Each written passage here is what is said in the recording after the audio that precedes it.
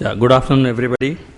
Now, from the academics as well as the total future, including some dreams, let us come back to some practical solutions and practicals about the community of ophthalmology.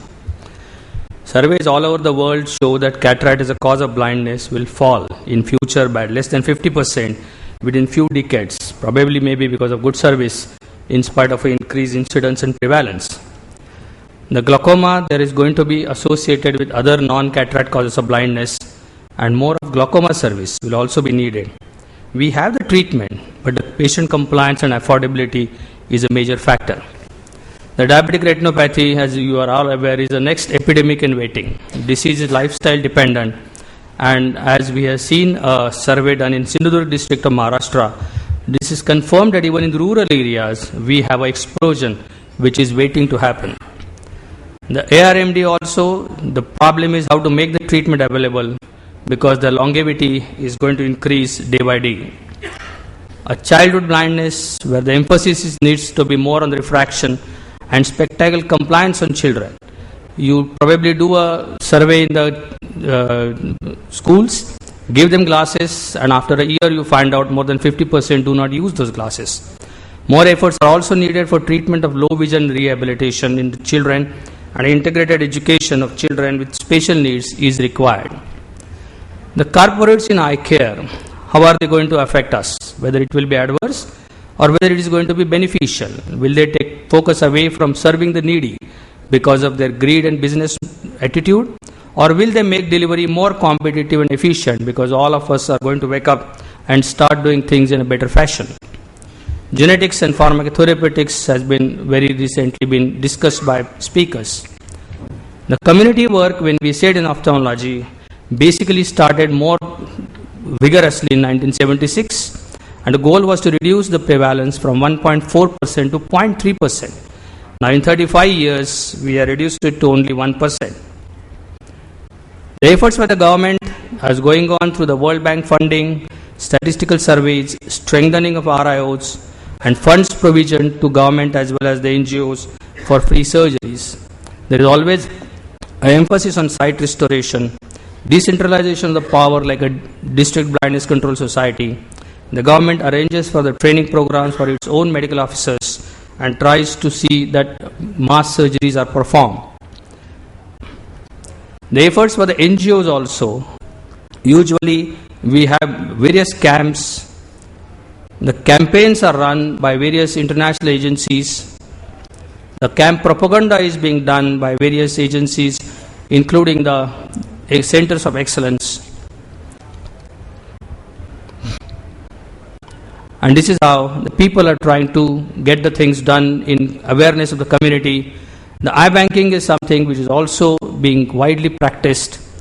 The training facilities are usually provided by the government as well as NGOs, including the postgraduate courses and fellowship programs.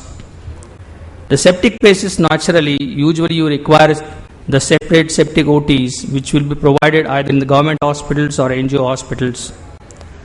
The private surgeons do care because they have to show that they care and sincerely feel about it. The passion for excellent results and reduction in patient complaints is something which is a great contribution by the private surgeons. We try to develop and nurture a patient-doctor relationship, and that is how you start hearing that doctor, you have made my life meaningful by donating eyesight, or patient will say that yes, now you have made me independent. Sometimes it's a music to ears when somebody says that I don't need any glasses after examination, please attend my marriage ceremony, and then you start feeling great.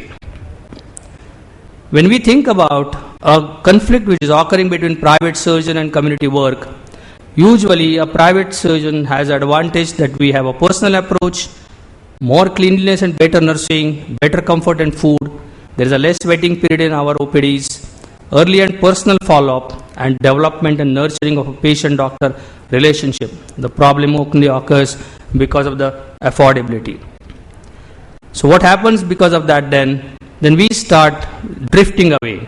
Like in this case, we state that yes, a double-blind test is only that you ask the new drug for a rich patient, the old drug for an old patient for simply because a poor patient may not afford this drug.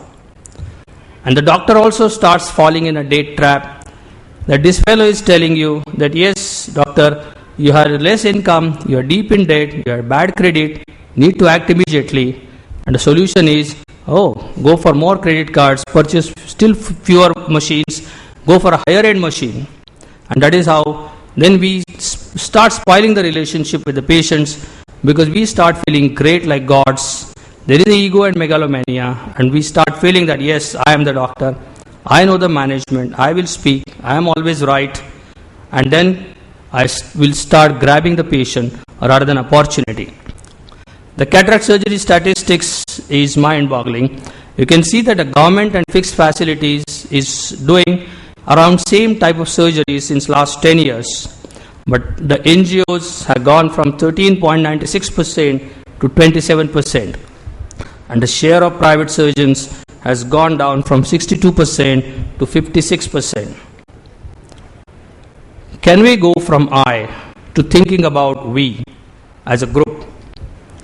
So future is in commitment for community work. Community also means the doctor's community. Community also means the patient's community.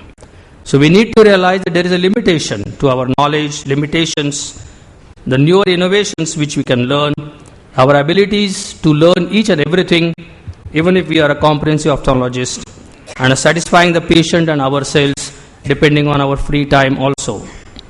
So key areas of cooperation between the private surgeons, NGOs and government probably will be assisting in data collection, form up groups or NGOs, take and impart training.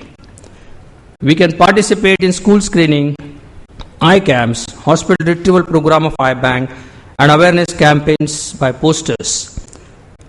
How are we benefited? We get a continued medical education, we get a hands-on training whenever there is an advanced procedure which is going to come, and we get training facilities for all the procedures through this.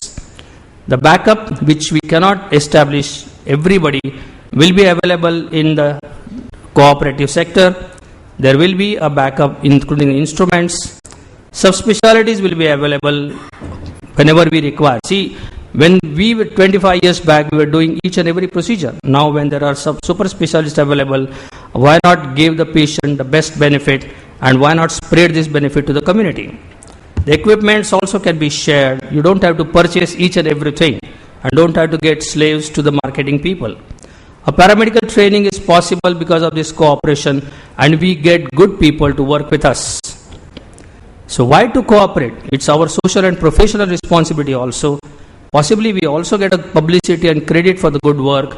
The skill can be acquired by volume work and difficult case handling, and then we retain our academic touch as well as result-oriented practical application and evidence-based medicine.